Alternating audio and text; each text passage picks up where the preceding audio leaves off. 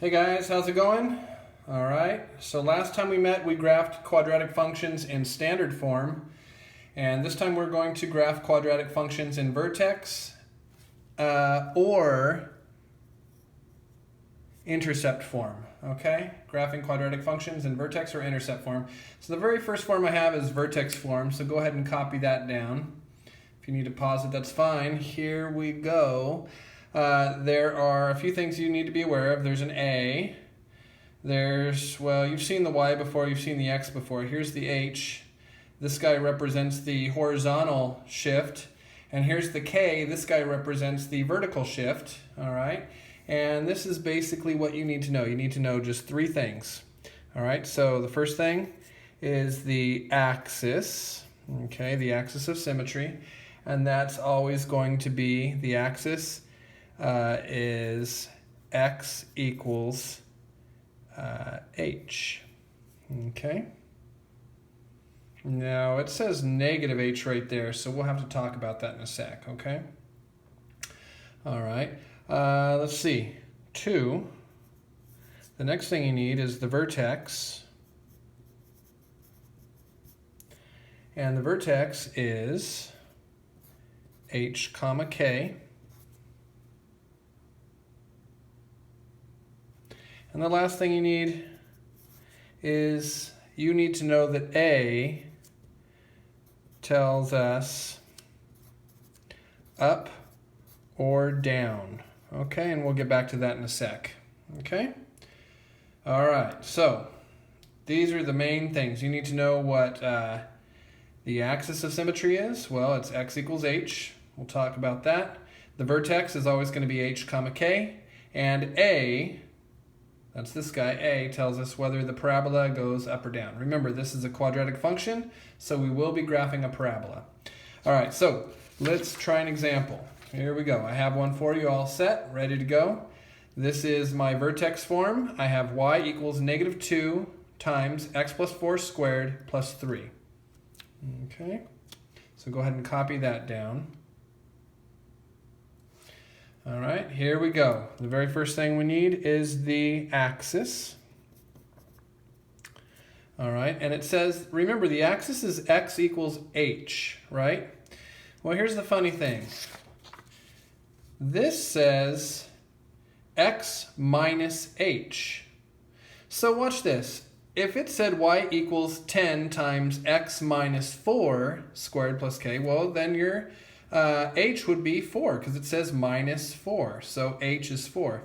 Over here, now this will probably be confusing, okay? This says plus 4, so that doesn't really match the formula that I gave you, okay? Or the equation that I gave you. So the thing is, here's the main idea. For the axis, it's always going to be x equals whatever this guy is, you put the opposite. So if it says positive 4, you're going to put negative 4, okay? Confused? Well, get used to it because basically it's kind of like, remember finding the zeros? If you had two binomials, whatever it was, like if x minus 4 equals 0, then what does x equal? Well, it equals 4, the opposite, right? So anytime you see these binomials with x plus something or x minus something in there, you're always going to kind of think the opposite, whatever you see there. Okay, so anyway, you'll get used to it, trust me. It happens all the time, every time, okay? Promise. Okay, so if you're confused, just take a deep breath. Whatever you see here, put the opposite. So here I go. I'm going to draw this axis of symmetry. X equals negative 4. So 1, 2, 3, 4. Here is my axis of symmetry.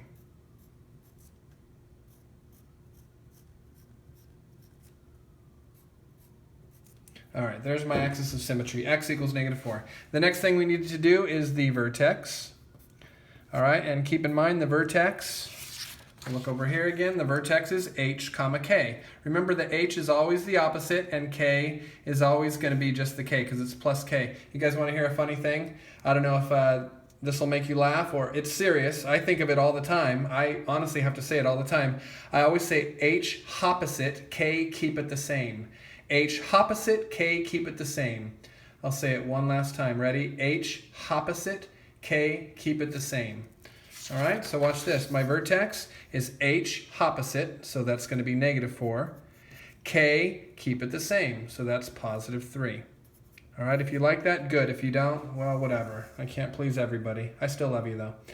All right, so here's my vertex, negative 4, comma 3. So I go 1, 2, 3, 4, and up 1, 2, 3, right here. There's my vertex, okay? Now, A is negative 2, all right? So A is negative 2. So since that's negative, it's going to go down. Okay, now there are a lot of ways to do this part here. I tend to think of this as the one-time slope, but I don't really want to tell you that yet. Okay, that's going to be really confusing. So it's actually not confusing, but I don't want to start off my year this way. So anyway, here's what I do. I make a t-chart. Okay? And in the middle of my t-chart, I put my vertex, negative 4, comma 3. Negative 4, comma 3, and I put a box around it, okay? This is what I do. All right, so now, from my vertex, I'm going to count backwards 1 space, or count, I guess, in the positive direction, okay? So that's going to be negative 3, and I'm going to count in the negative direction 1 space, I get negative 5, okay? So I'm just putting these numbers in order, negative 3, negative 4, negative 5, okay? All right, and so what I'm going to do, I'm going to take this negative 3 and I'm going to plug it in right here. And you can do this in your head. Okay, watch. Negative 3 plus 4, that's 1. 1 squared, that's 1. 1 times negative 2, that's negative 2. Plus 3 is 1. That's what you get right there. Okay? Now if you didn't keep up, pause the video, go back and do it again. Okay? All right, I'm going to plug in the negative 5. Actually, you don't even need to do it because once you get this, these 2 points are the same distance on either side of this axis of symmetry. So watch this. I'll show you a little secret. If you get a 1 here, you're also going to get a 1 there if you didn't mess up. But sometimes you guys mess up. So let's just plug in the negative 5. Ready? Negative 5 plus 4 is negative 1. Negative 1 squared is 1. 1 times negative 2 is negative 2. And negative 2 plus 3 is 1. And that's what we got right there, 1. Okay, so now let's plot these 2 points. Negative 3, 1, 2, 3, comma 1. There's my point. And negative 5, comma 1. 1, 2, 3, 4, 5, comma 1 is right there. And here, my friends, is my parabola. Done. Okay? And, actually, I lied. We're not done. Watch this. Let's go back to the negative 2. The A was negative 2. That says our parabola should be going down. Well, is it? It certainly is. It's going down. This parabola is facing downward. So that's a check. Boom. Done. Now we're done, officially. Okay. All right. Let's go back to intercept form. All right. Here is intercept form.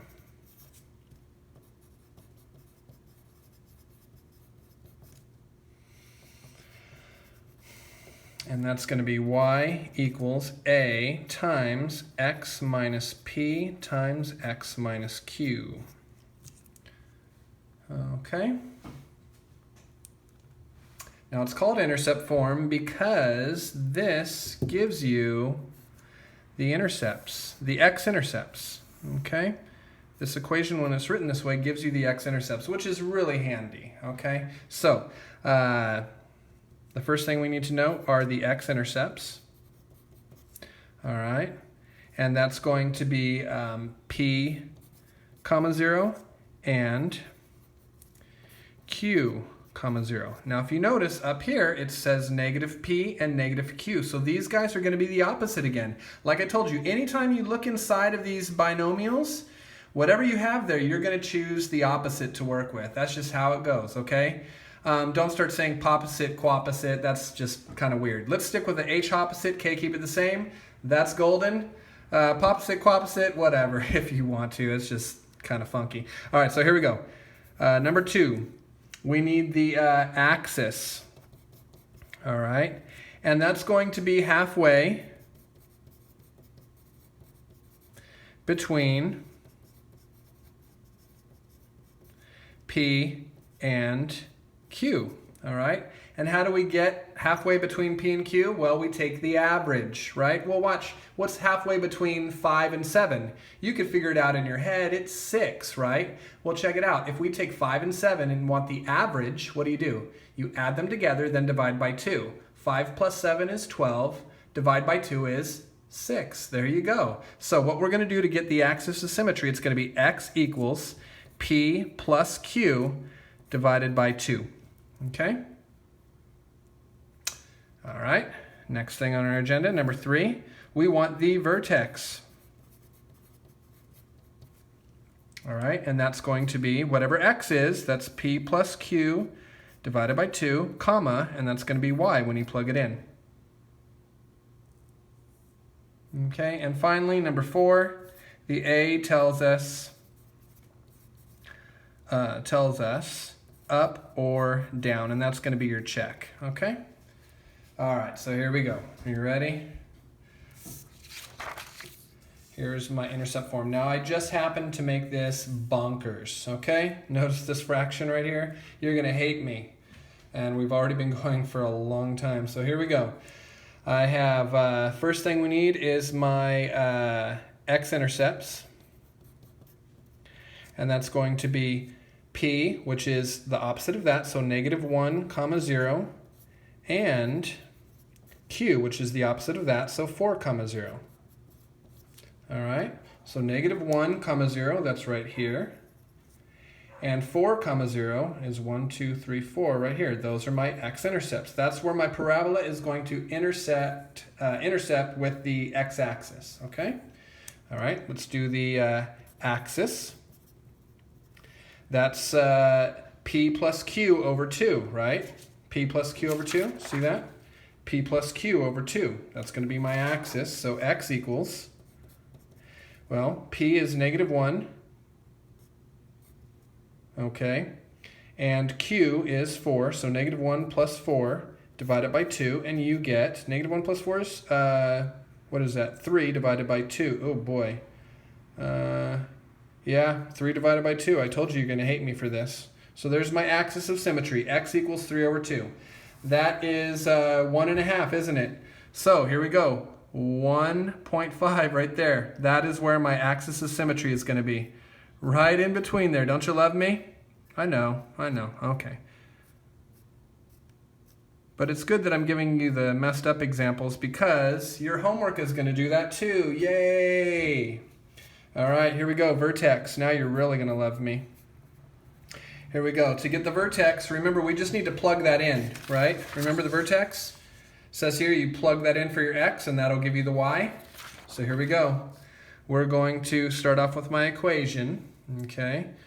Y equals -2/3 times, here's my x, 3/2, so 3/2 plus 1 times 3/2 minus 4.